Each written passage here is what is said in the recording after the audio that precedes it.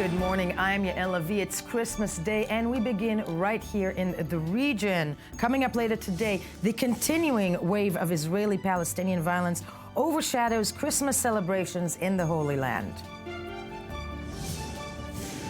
A new right-wing incitement campaign has Israeli authorities worried over the rise in Jewish terror. And later on the show, what are the strange things that Mariah Carey and Doctor Who are planning for you this Christmas? Good morning, I'm Yael Lavie, and as we said, it is Christmas Day. We are going to begin in the Holy Land, where yesterday, within hours, 3 terror attacks hit different locations in the West Bank, leaving 4 Israelis lightly injured and 3 Palestinian assailants dead. That is a day after, actually, 2 Israelis were killed during a terror attack in Jerusalem's Old City, and the 2 perpetrating terrorists killed as well. Since October, the region has seen a campaign of stabbings, shootings, car rammings by Palestinians that had some 20 Israelis dead. Israeli forces or armed civilians have killed at least 124 Palestinians, 76 of whom authorities described as assailants, while others died in clashes with security forces. The tensions have cast a shadow over Christmas celebrations in Israel, particularly in Bethlehem, where security has been beefed up and pilgrim arrivals is on the decrease. Let's watch the following report about the latest from Bethlehem and break it down from there. The mixed feeling between the celebration and the sad feeling. That sad feeling shared widely this year. After months of violence in the occupied Palestinian territories and Israel left 19 Israelis and more than 130 Palestinians dead, Israel says more than half of those Palestinians were attackers. In Manger Square today, the birthplace of Jesus, the crowd's smaller, tourism suffering. People say they've never seen it like this. As celebrations kick off here in Bethlehem, the birthplace of Jesus, Christmas is hitting at a more somber time this year. Across the region, the Christian population is shrinking and Christians are fleeing persecution from Iraq to Syria. But at the same time, there is a certain feeling of resilience. People insist to celebrate Christmas, to send a message of hope that we, the Christians and Muslims, the Palestinians, are here, we were here, and will stay here forever. Resilience and happiness, says Natalie. Are you going to celebrate more this year because of the tension, because of the violence? True, because it's the only way you fight war is by happiness, by peace. You create peace created by happiness, by music, by everything. Merry Christmas. Molly Hunter, ABC News, Bethlehem. Joining me in studio is Haaretz senior defense analyst Amir Oren. Good morning to you.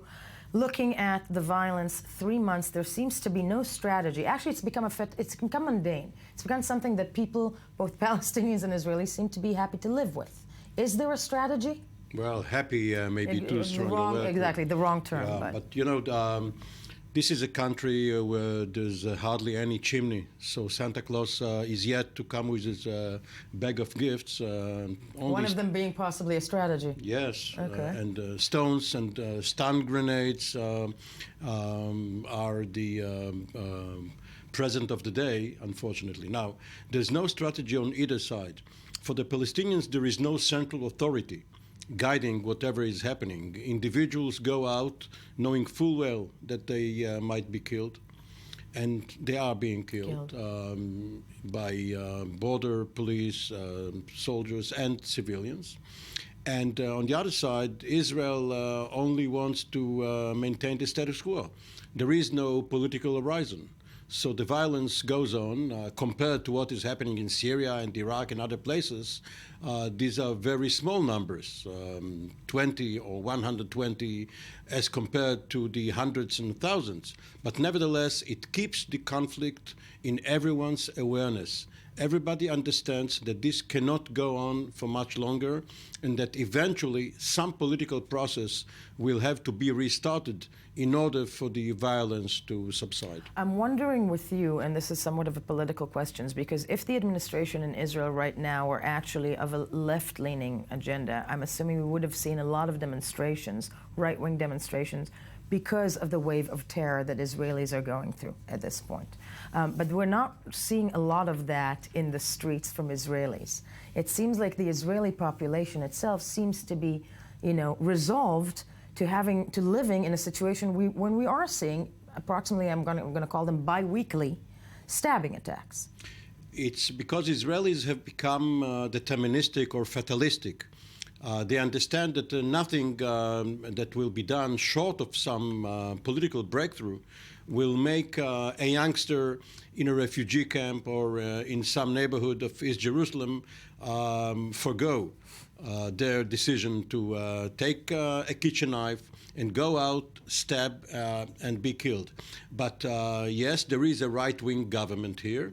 Apparently, it has failed, along with the vaunted Shin Bet security agency, in foiling Jewish terror, too. Not only these Arab attacks. So Israeli citizens are resigned to the reality. Resigned to the reality. Speaking of Israeli citizens, it seems also that on the Palestinian side, sadly so, both sides are resigned to the reality. And because it is Christmas, let's go live now to Bethlehem, where we're joined by I-24 News correspondent Mohammed Al-Qasim.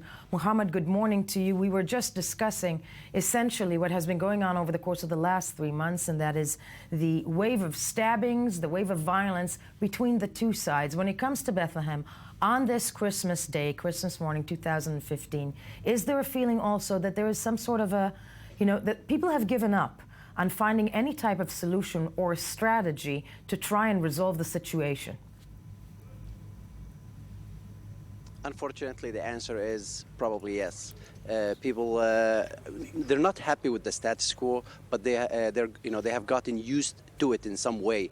Palestinians go out and they attack. Israelis attack back. They kill. Palestinians get killed. Israelis get killed, and the round of violence is continuing, as we have seen in the last 3 months. The issue here is that those attacks on the side of the Palestinians come from youth that have pretty much no affiliation with any political faction. They're not directed or guided by either the Palestinian Authority directly, if I may say, or even indirectly, and or even by any of the Palestinian factions, whether an Islamist faction or nationalist faction. So it's harder to get to the bottom of it in terms of finding out who's going to attempt these attacks. On the other hand, the Israeli government is content with the status quo, as Palestinians say. I spoke with a senior Palestinian official just a couple of days ago, Dr. Mohammed Ishtaya, who said that the Palestinian government, the Israeli government, and the Prime Minister Netanyahu pretty much happy with the status quo, and there is a strategy of no strategy, or no solution, or no end to what's going on here in the region. As long as these attacks happen right on the flashpoints between Israelis and Palestinians, as long as the Palestinians are not in Israel, as long as they're not attacking in Israel or on a daily basis in Jerusalem and inside of Israel, and the Israeli citizens are not feeling, and pretty much life goes on in Israel and not knowing what's happening in the West Bank or even in some parts of Jerusalem, mainly the Arab neighborhoods, then fine, let's keep it that way. That's what the Palestinian officials and the PA have said, that Israelis are content with the status quo and they want to keep it this way. And this is the feeling here. I mean, we saw it last night. We spent the entire day here in Bethlehem yesterday, where the number of pilgrims and tourists, foreign tourists, have dwindled, decreased in large numbers comparing to previous years, and that's due to the current security situation. And not just pilgrims. I'm wondering out loud, with you speaking on this Christmas day, when it comes to Christians in Bethlehem, when it comes to people not just arriving or tourists, and that is dwindling. Christians in Bethlehem, Christians within the Palestinian Authority. I'm wondering out loud with you how they're faring this Christmas.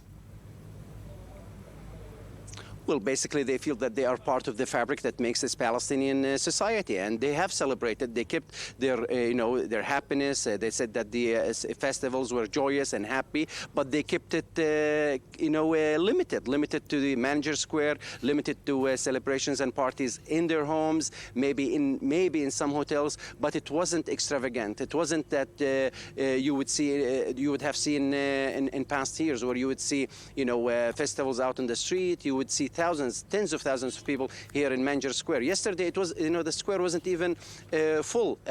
We stayed here until almost midnight, and I can tell you that the square wasn't that full, aside from the Church of the Nativity that was full of worshippers, Right. but the manger itself wasn't full. Christians said that there is really no, aside from the religious side of this event, there is nothing to be joyous about because of the ongoing violence. Ongoing violence and what seems to be a lack of hope, as you described the status quo on both sides. I want to thank you, Mohammed Al-Qasim, for joining us from Bethlehem this morning.